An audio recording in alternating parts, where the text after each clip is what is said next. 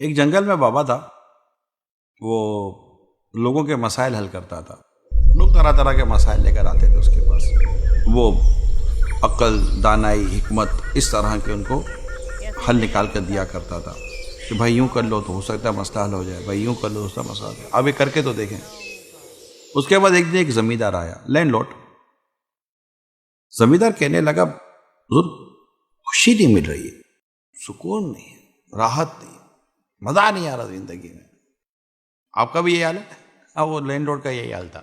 तो बाबा कहने लगे कि भाईजान, तुम्हारे बाप दादा ने विरासत में कुछ छोड़ा है तुम्हारे लिए? दादा ने थोड़ा बहुत सोना छोड़ा था जो वाली साहब को दिया था, और वाली साहब ने उससे कुछ कारोबार किया, उससे कुछ फ़ायदा हुआ। फिर जब वाली साहब का इंतकाल हुआ तो उन्होंने मुझे दिया सोना। क्या वो तुम सोना यहाँ ला सकते हो? मैं देखना चाहता हूँ, इसमें तुम्हारा ही फायदा है।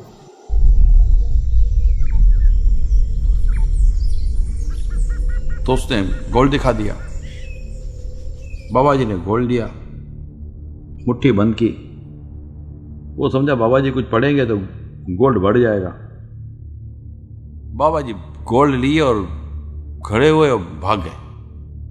और जैसे बाबा जी जो गोल्ड लेकर भागे तो जमींदार साहब की तो पांव तले जमीन ही निकल गई। वो भागा पीछे।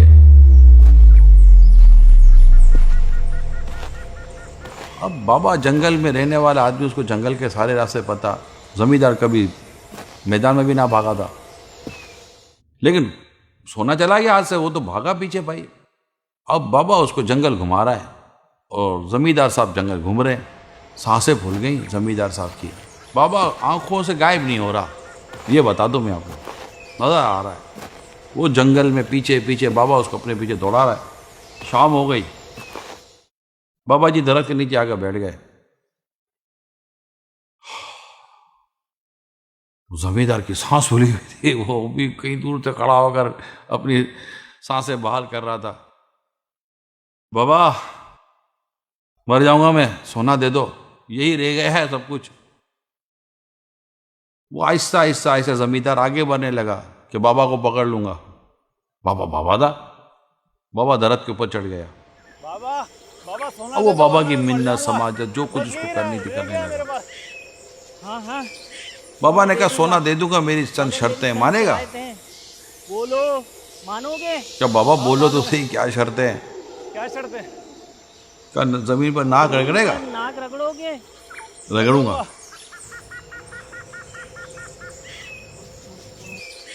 उसने जमीन से बाकायदा उसकी नाक से लकीरें खिंचवा दी। फिर कहा कि काम कर, इधर इतनी दौड़े लगा।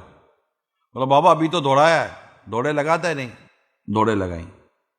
अजीब बेतुकी किस्म की शर्तें रखी। वो सारी शर्तें पूरी कर रहा था, करेगा क्या? गोल्ड तो उसके बाद था नहीं, वो तो बाबा के हाथ में था। अब थक हार के जब वो बिल्कुल निढाल हो गया, बाबा जी दरख्त से नीचे उतरे। ये ले सोना पकड़। उसको गोल्ड दिया। जैसे उसके हाथ में गोल्ड आया ना, चेहरा चमक उठा, दिल खुश हो गया, मजे को मजा आ गया। बाबा जी पूछने लगा, क्या लग रहा है, सुकून मिला, कुछ राहत मिली? बोला बाबा जी मेरे तो आपने होश उड़ा दिए, अब तो बस सुकून ही सुकून है। बाबा जी ने कहा कि तेरा सोना मुझे नहीं चाहिए था, तेरी सुकून का मैं इलाज निकाल रहा था।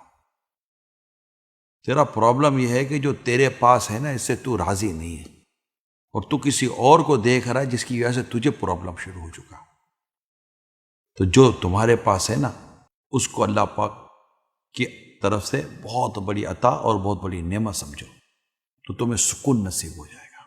अब ये वाकया मन घरती बनाया गया, लेकिन आपको लगता नहीं है वाकया आपके लिए। आप देखें एक मिडिल क्लास शख्स, मिडिल क्लास, ना अमीर है ना गरीब है, इसको बोलो अमीरों के इलाके में रहने चला जा, वो रह तो लेगा, जिंदगी में खुद को गरीब समझेगा। फिर इसी को कहोगे यार गरीबों के इलाके में रहने जा, वो रह तो लेगा, जिंदगी में खुद को अमीर समझेगा। आगे ये वही है, हालत बदली, इसकी सोच बदल गई। अल्लाह पाक हमारे हाल पर रहम फरमाए। और हमें शुक्र गुजारी की तौफीक अता फरमाए। कुरान में ला इन शक्करतुम लाज़िदन्नकुम, अल्लाह पाक का जो शुक्र अदा करता है अल्लाह पाक उस पर अपनी नियमतें और बढ़ा देता है। अल्लाह अमल करने की तौफीक अता फरमाए। खुश रहा करें।